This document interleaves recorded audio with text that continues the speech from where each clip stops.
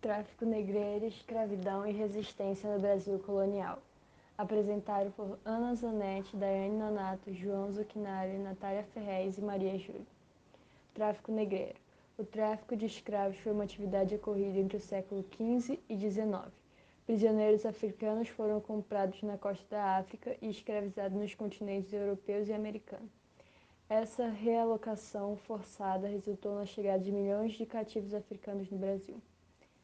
Se iniciou com o tráfico ultramarino, destinado a escravizar africanos, está diretamente relacionado com a demanda permanente por trabalhadores da plantação e do declínio da população indígena. Oi, meu nome é Natália, eu vou falar como se deu início ao tráfico negreiro.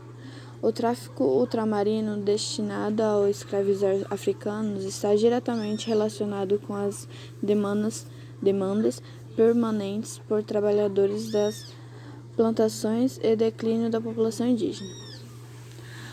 Como funcionava o tráfico negreiro? O tráfico de escravos envolvendo europeus teve início no século XV, quando os portugueses estabeleceram feitorias ao longo da costa do continente africano. Nessas fábricas, os portugueses mantiveram contato com o reino africano e estabeleceram relações diplomáticas para que pudessem manter o comércio, inclusive o tráfico de pessoas. Meu nome é Daiane e eu vou estar apresentando o início da escravidão. A escravidão no Brasil teve o início da década de 1530. Nesse período, os portugueses iniciaram o processo de colonização. E antes suas ações eram baseadas na mineração da madeira brasileira, e o trabalho dos indígenas era feito por meio de permutas.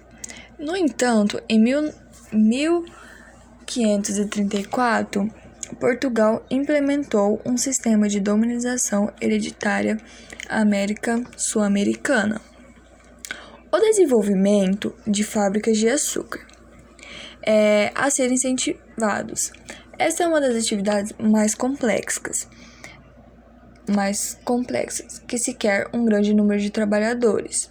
Como os portugueses consideravam o trabalho manual uma atividade inferior, a solução encontrada foi escravizar a única mão de obra disponível na época dos indígenas.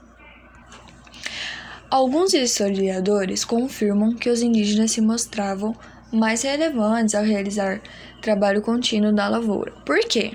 Na visão deles era um trabalho de mulher, além de fato de que a cultura indígena não possuía a concepção de trabalho contínuo. Outro fator que se tornava a escravização indígena complicada para muitos e foram os conflitos entre colonizadores e jesuítas. Os indígenas eram conhecidos pelos portugueses como os negros da terra, e o preço do escravo indígena em relação ao africano era em medida 3 vezes menor.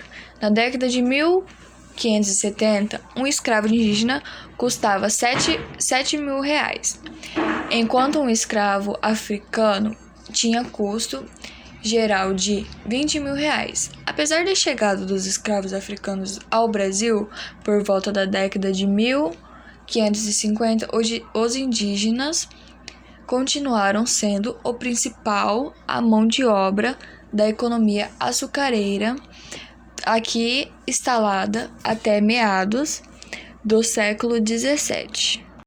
Boa tarde, meu nome é João e eu vou falar sobre a escravização dos africanos. A imigração para o uso dos escravos africanos aconteceu pois, segundo Stuart, só o tráfico de escravos fornecia um abastecimento internacional de mão de obra em grande escala, relativamente estável, que acabou por fazer dos africanos escravizados as vítimas preferenciais. Assim, por meio do tráfico negreiro e ao longo de mais de 300 anos, cerca de 4,8 milhões de africanos foram desembarcados no Brasil. O trabalho dos africanos, concentrado na economia açucareira, era duríssimo e pautado na violência. A jornada de trabalho poderia estender por até 20 horas de trabalho diário.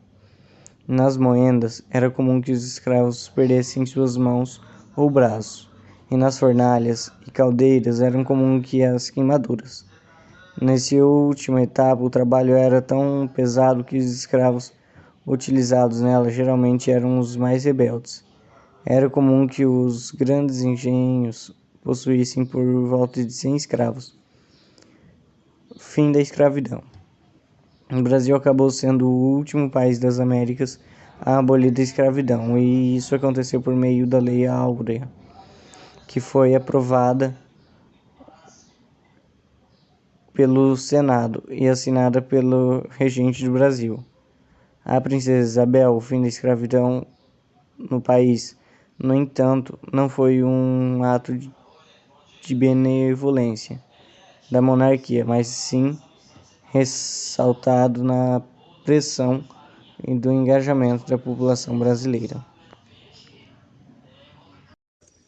Boa tarde, eu sou a Ana Zanetti e vou falar sobre a resistência à escravidão.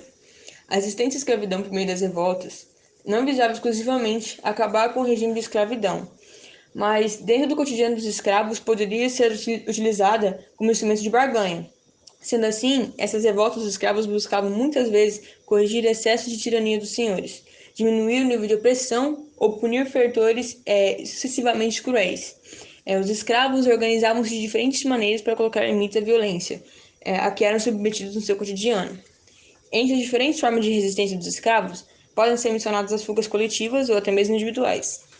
As revoltas contra os feitores e seus senhores, que poderiam ter ou não o assassinato deles, a recusa em trabalhar, a execução do trabalho de maneira inadequada, a criação de quilombos e mocambos e etc.